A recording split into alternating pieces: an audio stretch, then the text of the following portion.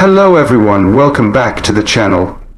Today we're diving deep into one of the most shocking developments in Russia's ongoing war against Ukraine. Reports that tens of thousands of Russian soldiers are going AWOL, deserting their posts and abandoning the battlefield. This is not just a rumor or isolated incident. According to several reports and intelligence updates, up to 100 of Putin's troops have either gone missing, refused to fight, or fled from the front lines entirely. It's a crisis that reveals the true state of Russia's military morale, the chaos within its ranks, and how the war Putin started is slowly turning against him. From the very beginning of this war, Putin projected confidence. He believed that his so-called special military operation would last a few weeks. Russian forces were supposed to storm Kiev, overthrow the Ukrainian government, and claim victory before the West could even react. But more than 2 years later, the war has become a nightmare for the Kremlin. Russian troops are exhausted, commanders are overwhelmed, has turned into a quick victory that's draining long manpower and morale. Both manpower and morale. Recent reports suggest that Russian troops are deserting in record numbers. Many of them are conscripts who never wanted to fight in the first place. Others are contract soldiers who signed up for what they thought would be easy pay, but found themselves trapped in endless battles with poor leadership and little support. For some, the breaking point came after months of being thrown into suicidal assaults without proper equipment. For others, it's the sheer horror of what they've seen. Friends dying, no food, no rest, no plan. The Russian military, known for its strict discipline, is now struggling to maintain control. Commanders have been ordered to clamp down hard on deserters, with reports of entire units being locked in bunkers, or threatened with execution if they refuse to fight. Some soldiers say they're being monitored by barrier troops, units placed behind the front lines to shoot anyone who tries to retreat. This echoes the brutal tactics used by Stalin during World War II, but even that level of fear isn't enough to stop the collapse in morale. Across social media and intercepted communications, soldiers are complaining openly. They talk about corruption, about commanders stealing supplies, about being lied to by the Kremlin. They describe being sent to the front with no helmets, no warm clothing, and rifles from the 1980s. Many say they haven't been paid in months. Some even claim that they were tricked into signing contracts they couldn't cancel, effectively turning them into modern-day slaves of the Russian military machine. Families back home are also speaking out. Mothers and wives are demanding answers, asking why their sons are missing or why they haven't been allowed to come home after their contracts expired. The Kremlin, of course, denies everything, but the growing anger inside Russia is impossible to hide. Videos of grieving families and protests by soldiers' relatives are circulating online, despite Moscow's efforts to censor them. According to independent Russian journalists and Western intelligence, as many as 70,000 Russian troops are unaccounted for, missing, deserted, or captured. That number is staggering. To put it in perspective, that's more than an entire army corps simply vanishing from the battlefield. Even if some of them were killed or wounded, the scale of desertion and refusal to fight is something the Russian military hasn't seen since World War II. The reasons behind this mass desertion are clear. The war has dragged on far longer than anyone in Russia expected. The promised liberation of Ukraine has turned into a meat grinder. Ukraine's forces, bolstered by Western weapons and a strong sense of purpose, continue to resist fiercely. Every Russian offensive seems to cost thousands of lives for just a few meters of territory. Soldiers are beginning to realize that they are not liberators. They are occupiers in a war that many of them don't believe in. In some regions, entire battalions have reportedly refused to deploy.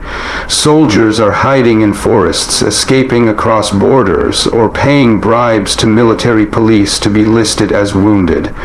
The black market for fake medical certificates has exploded in Russia as desperate men try to find any way to avoid being sent back to the front. Some have fled to countries like Kazakhstan, Armenia, or Georgia, joining thousands of other Russians trying to escape conscription. The Kremlin, of course, is desperate to stop the bleeding. Russian authorities have started cracking down on deserters with severe punishments. A new law signed by Putin increases prison sentences for those who refuse to fight, disobey orders, or surrender. Military police have been deployed across occupied territories to hunt down soldiers trying to escape. Yet, despite these harsh measures, the desertions continue to rise, because no matter how strict the punishment, soldiers who have lost faith in the cause and in their commanders simply don't want to die for nothing. Morale is collapsing not only among conscripts, but also among elite units. Even Wagner Group mercenaries, who once boasted of their toughness and loyalty, have faced massive losses and internal conflicts. Since Yevgeny Prigozhin's death, the private army has fractured, and many of its fighters have refused to return to the front lines under Kremlin control. The same is true for other volunteer battalions. Men who once fought for money or ideology now question whether the fight is worth it. Inside Russia, the government is trying to hide these problems. State TV continues to broadcast stories of victory and heroism, but the truth leaks out through the families of soldiers, through independent media, and through the growing silence of regions that used to celebrate their heroes. Funerals are held quietly. Military recruitment offices are burned, and resentment toward Moscow is spreading. Some experts say that Putin's biggest enemy isn't NATO or Ukraine. It's his own soldiers losing faith in him. The Kremlin can draft new men, but it can't manufacture loyalty. When soldiers no longer believe in the mission, no amount of propaganda can save a war effort. And that's exactly what's happening now. The Russian army, once feared for its size, is hollowing out from within. It's also becoming clear that Russia's military logistics are stretched to the breaking point. Supplies are running low, fuel shortages are increasing, and the chain of command is collapsing. Commanders on the front line often can't communicate with headquarters for days. This has created chaos, troops being sent into battles without coordination, units running out of ammunition, and soldiers dying because medical evacuation isn't possible. The Ukrainian side, on the other hand, is exploiting these weaknesses masterfully. Ukrainian drone strikes, sabotage operations, and precision artillery have destroyed countless Russian positions. Every time Russia tries to regroup, Ukraine hits their supply lines, command centers, and transport hubs. This constant pressure is driving more Russian soldiers to abandon their posts. They know the next strike could be their last, and many decide it's better to take their chances fleeing than to die in a hopeless war. Western intelligence suggests that Russian commanders are even falsifying reports to hide the extent of desertions. They mark missing soldiers as killed in action or captured by the enemy, just to avoid scrutiny. But these lies only delay the inevitable, a reckoning inside the Russian military. You can't fight a modern war when your own troops don't trust you. As morale continues to collapse, discipline follows. Drunkenness, looting, and infighting have become rampant in Russian units. There are stories of soldiers turning on their officers, of friendly fire incidents, and of units refusing to follow orders altogether. What was once a tightly controlled army is now more like a disorganized collection of armed men trying to survive. The situation has gotten so bad that some Russian officials are now quietly admitting that the country's manpower crisis is unsustainable. Recruiting new soldiers is becoming harder. The number of volunteers has dropped sharply, and the forced mobilizations have triggered mass resistance, even in rural areas which used to provide a steady stream of recruits, or families are hiding their sons or sending them abroad.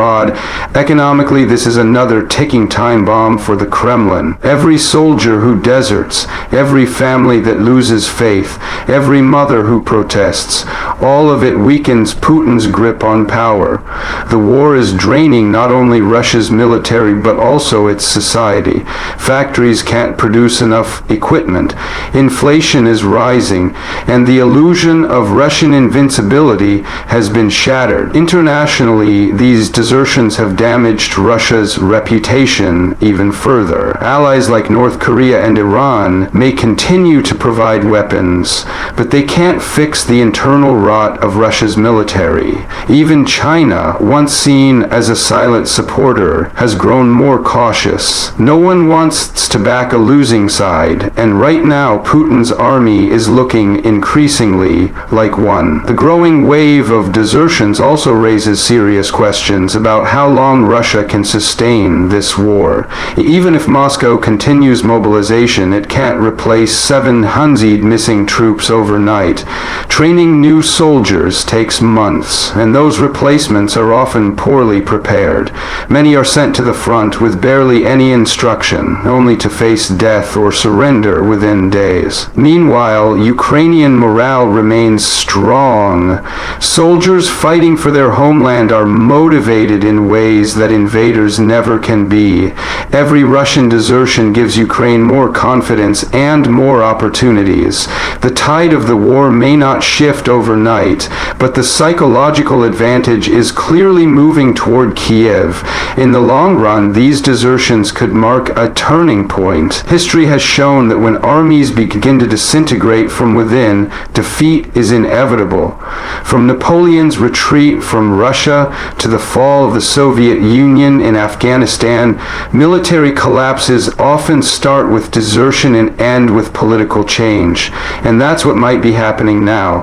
Putin is facing a crisis that no amount of propaganda or fear can solve. His army is bleeding, not just from Ukrainian bullets, but from its own soldiers walking away. This is not a sign of temporary weakness.